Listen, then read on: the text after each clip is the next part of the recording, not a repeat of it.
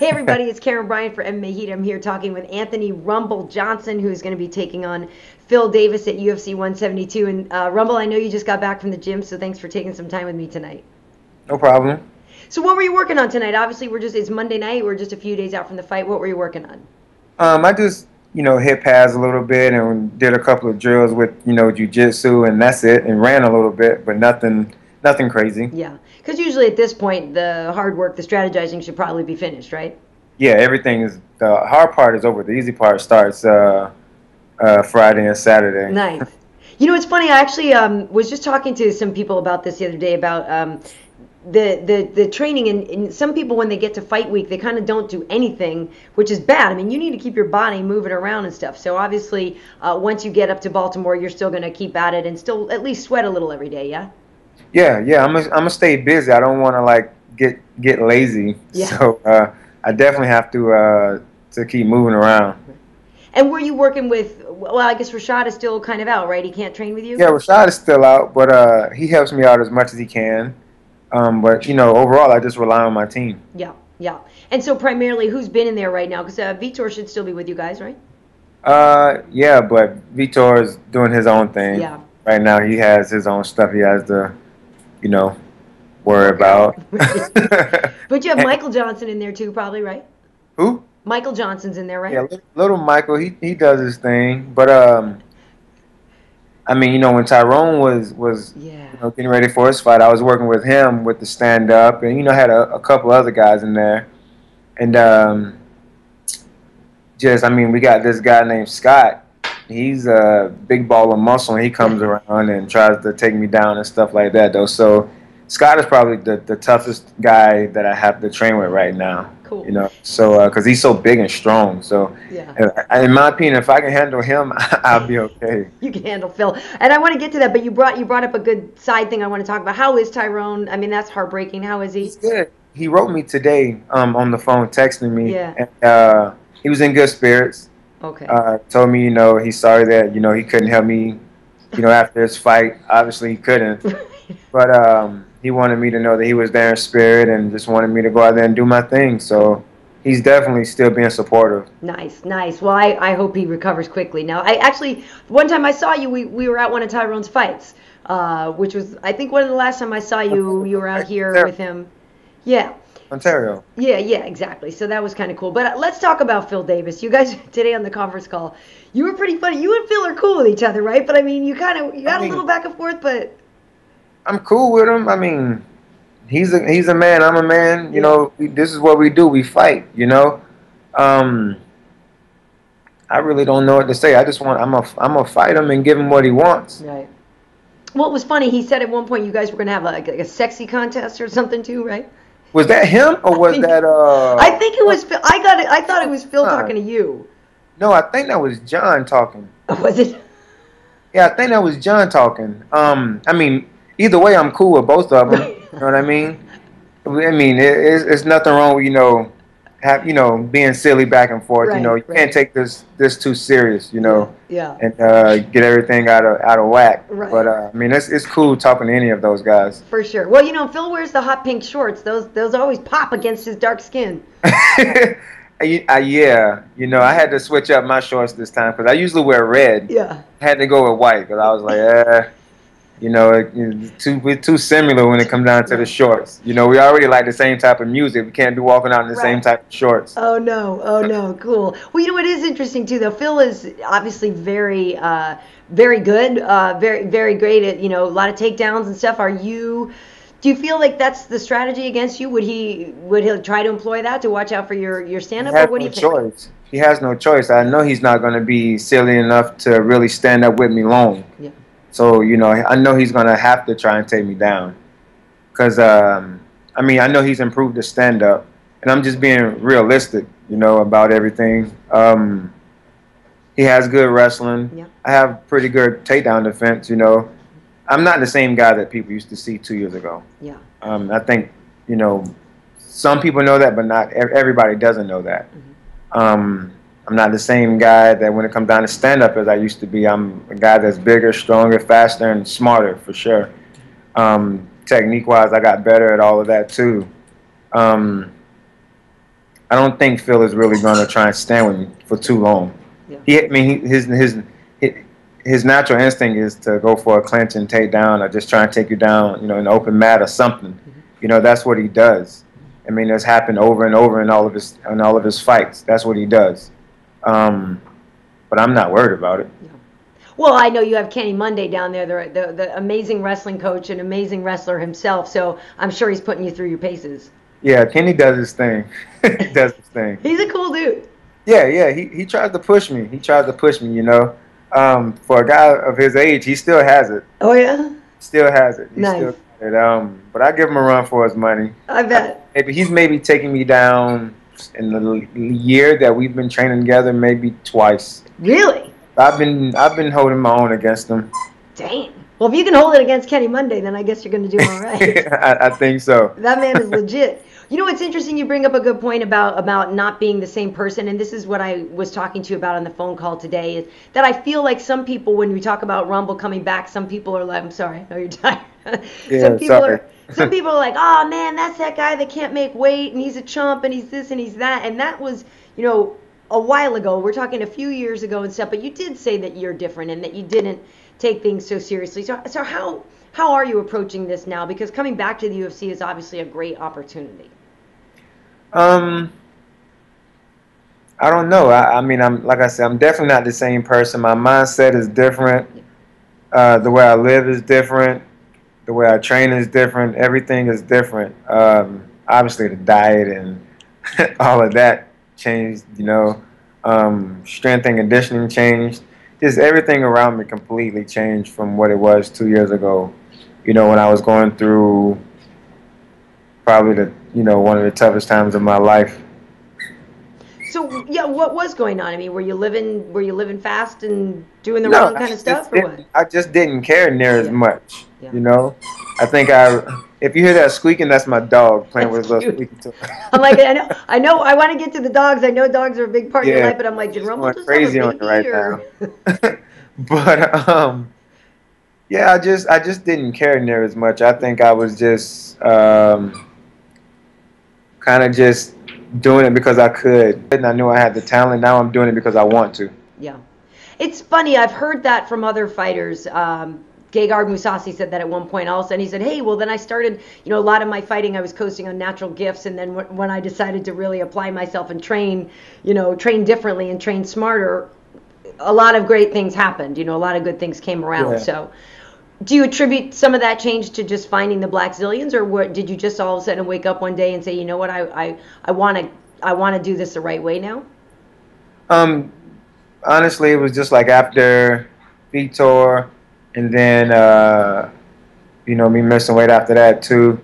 I kind of just it's like a reality check. I was like, I got to do something, because I was honestly embarrassing myself, my team, my family, my manager, just everybody that was there for me in my corner, and I was just like, I can't do that to these people, so I got to do something to change things around, and it was really just time to grow up.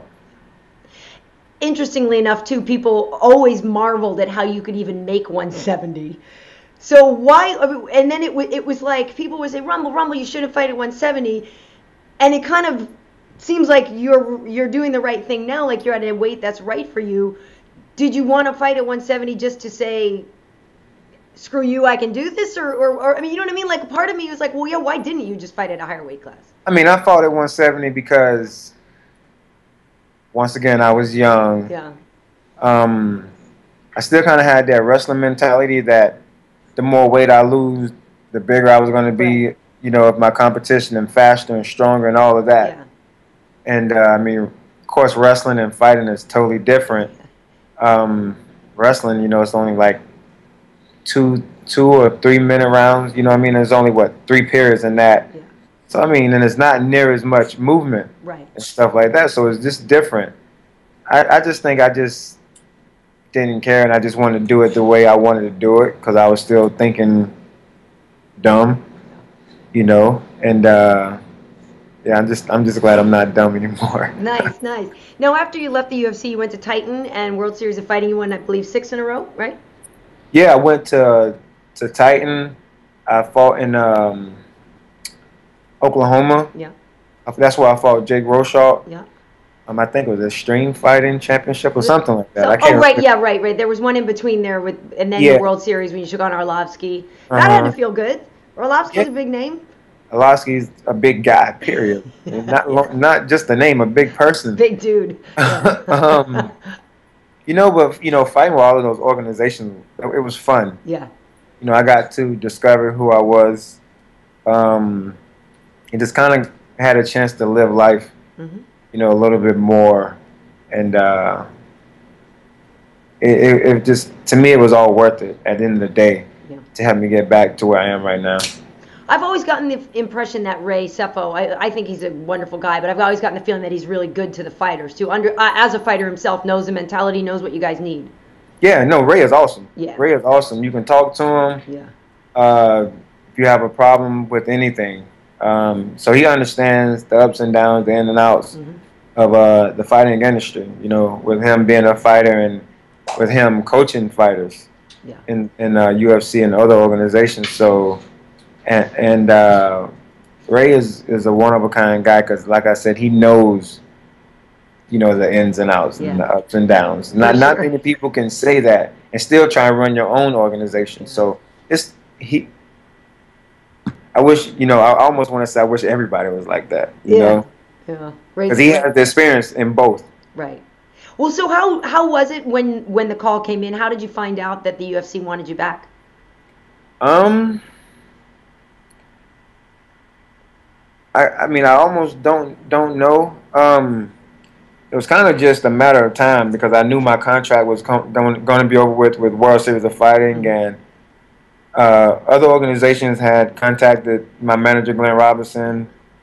Well, I mean, like, what is it, M1? Yeah. Or something like that. Yeah. I mean, there's ONE FC, there's M1, there's... Yeah, something like that. I don't want to go across seas and fight, man. That's just too much. I'd hate to travel like that, honestly. Yeah. So I was like, count me out.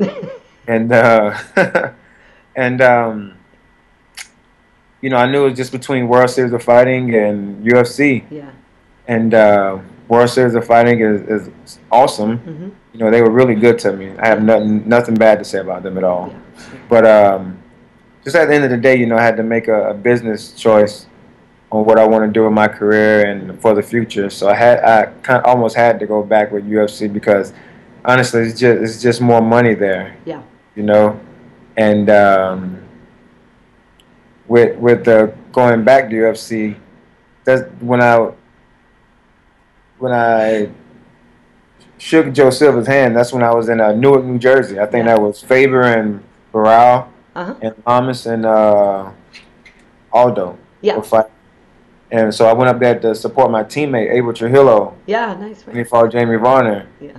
And I had no idea it was, I was gonna shake Joe Silva's hand or anything like that. And I was eating breakfast with my coaches and Abel, and my manager was talking to Joe. Yeah. He called me to come over and sit down and eat with him or whatever. Yeah. So I went over there and Glenn just like looked at me straight in the face and was like, "Welcome back to the UFC." Nice. I didn't have a smile on my face or anything like that. Right. I was like, "Are you punking me?" You know what I mean? No. And looked at Joe, and Joe had this big smile on his face. Yeah, nice. Ran out and shook my hand. So I was like, "Cool, thank you." Yeah. So just I just know I'm blessed to be back where I am. For sure, and to not even just welcome back. Hey, welcome back. Here's a co-main event. Hey, welcome back. You're right up in the mix now. If you win this fight, because the light heavyweight division right now, I mean, it's scrappy, but Phil's up there. I mean, this is a big deal. So that was quite a welcome back. That actually shows a lot of faith and trust in you that you're going to get out there and perform. Yeah. Whenever I found out it was the co-main event, I said the same thing. I was like, these guys obviously have high hopes for me. But I don't, I'm not putting the pressure on myself to make sure I don't let them down or anything like that. I just know I have to go out there and do what I'm supposed to do and not worry about anything else. Yeah. So but I am blessed and happy that they do believe in me. They still believe in me. No, it's nice. When you think about Jon Jones, how do you perceive him? Today he and Phil were really going at it, and Phil was talking about Gus turning him into a pirate and really tagging him and how scared Jon was. And, Phil was really laying into him. What was your take on that? And just in general, how Jon, he's obviously extremely dominant, but how do you feel he is in the division? Do you feel that he's getting closer to losing the crown? Just my own opinion. When he fought Alexander, yeah. I honestly thought he lost too. Yeah. But it's just like, Johnny Hendricks and GSP. Mm-hmm. How do they say it? You lost the battle but won the war, or something like that. Like that, right. You know what I mean? Yeah. To me, I think Jon lost the fight. Right. You know what I'm saying? If it was a straight up brawl, I think Jon lost. But if you want to go by a point system and like they do, right, Jon won. Right. You know what I mean? If you want to go by the rules. I hear what you're saying. Same thing as how Johnny Hendricks, people saying Johnny Hendricks beat GSP up, but exactly. GSP won the MMA fight. He did. Yeah. Exactly. Right. So both of them did awesome. They were awesome. I can't wait for the rematch right. between those two, if it happens. Yeah. With Phil and Jon going at it, to me, Jon handled it like a man. Yeah. He didn't say anything rude or bad. And I almost wanted to tell Phil, dude, shut up and just let the man answer the questions. You know what I mean? I'm like, we're all in this sport together. I know, everybody wants their time to shine and get their name out there and do what they want to do. But it's always a time and a place. And Phil feels like that was the time to do it. So, that was his choice. But I still think, it was rude of Phil to do that. You know what I mean? Because it wasn't his time. Right. It wasn't his time to speak up. People were talking directly to Jon, and Phil was just cutting him off and saying what he said. And I know, it was to get in Phil's head, not Phil, but Jon's head. But, exactly. Jon's a champion. He's the champ for a reason. He's probably had this happen to him a couple of times. Yes, he has. Who was it? Chael. You can't get any worse than Chael. When you got somebody talking trash to you. Yeah, that's pretty much the pinnacle of. Yeah, he handled that really well and dominated that fight. With a broke toe. Right. So. Yeah. To me, I don't think people should talk near as much. Until they sign that dotted line to fight for the title. And then, you have your opportunity then. So then that's when you go at it. But once again, Phil did what he wanted to do and what he felt was right. So I'm not against him for doing it. I just wouldn't do it. You wouldn't do it. Well, you're a very positive guy, and we were talking about that on the call as well. But in the past, have you ever had bad blood with anybody? Have you ever, gone into the fight really looking to because you disliked the person, you were really ready to put the beat down on him? No, I can like you or not like you. I'm always ready to just beat you up, Nice. So, it don't. It's just what I do. I just have that switch. It's my job. Yeah. To fight, and I need that money to pay bills and stuff like that. So I'm just focused on doing what I got to do. I'm not worried about all the trash talking. Yeah. I was gonna be a little bit more vocal, but I think when I absolutely need to be vocal, that's when it'll happen. But right now, I don't need to be vocal. Nice. Well, there's an opportunity. There's a few stare down opportunities this week. You'll have time if the moment feels right, and you guys all of a sudden realize, wait a minute, you've got time this week to, I don't know, get amped up. Yeah. I can't say that the things that Phil said were like, Like Jon said, that's not nice. Yeah, that's not nice. It's not nice, Phil. Right. So I just keep it balled up on the inside. You know what I mean? And whenever, whoever the ref is says, "Let's go." Let's go. Trust me, it's gonna all come out in those 15 minutes if it lasts that long. Very nice. So I'm excited to see what happens. Nice, very nice. And I want to get into the dogs. I know you are really big into rescuing pit bulls and protecting them and kind of making sure people understand the positive things that those dogs have to offer. Can you have Rumble Time Kennels still, yeah? Yep. So how's that going?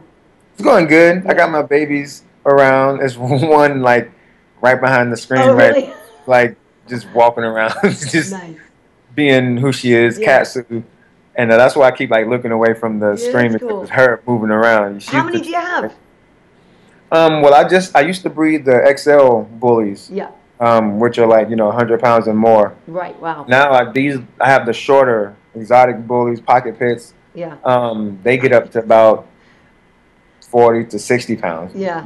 Big difference. Yeah. And Yeah. they only get about 13 inches tall. Oh. So way easier to maintain. Yeah.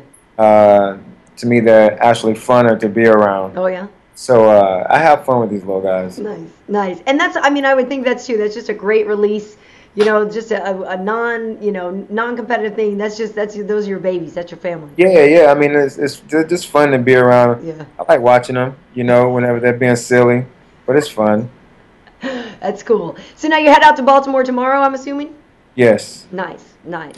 And have you, I mean, it'll be fun. You haven't been in a UFC fight week for a couple of years now. Do you remember the madness? Because it got crazier. It actually got crazier than it was. Well, I went to Orlando. Yeah. To the last fight, and just walking to my seat, people were wanting pictures left and right, stuff like that, and which was cool, which was, I expected it, Yeah. It does get tiring sometimes. Yeah. Up and down, sitting down, trying to relax, and then having to get up, take a picture. Right. It does get tiring, but this is what I signed up for. Yeah. But as far as like the hype and lights, camera, action, I'm not worried about all that. I just know I need to fight, and that's what I'm focused on. I'm not focused on Dana. I'm not focused on the 20,000 people, however many are going to be there. I'm just focused on the guy that's black and in the pink shorts that's going to be in front of me. Nice. That's it. And so ideally, if you could end the fight any specific way, how would you like to finish it? Any specific way? Yeah, I mean, like, are you? I don't know which specific way. I just want to, honestly, I'm gonna go for the knockout. That's a given. Yeah. So I mean, I don't know if it's gonna be a head kick or right hand, left hand, or what. You know what I'm saying? But I think honestly, I'll finish the fight. But it won't be easy. Yeah. It definitely won't be easy. Yeah, definitely. Well, I have to say it's really great to see you back. It's great. I know you've been working really hard, so congratulations to you. And I'll be doing the weigh-in show, so I won't be in Baltimore, but I'll see you. We'll be talking about you guys. Okay. And it's actually a full house. We have Daniel Cormier, Brian Stan, and your boy H.E.A.T working the show with me. So. Oh, really? Yeah, nice. Yeah. You guys are big boys. It takes a lot of. Rashad is gonna be there with me. So. It'll be interesting to see how weigh-ins and all that goes. Yeah. I'm looking forward to it. Well, thank you. Get some rest. I really appreciate it, Rumble, and we'll talk to you soon. All right. Take care. Bye. Bye-bye.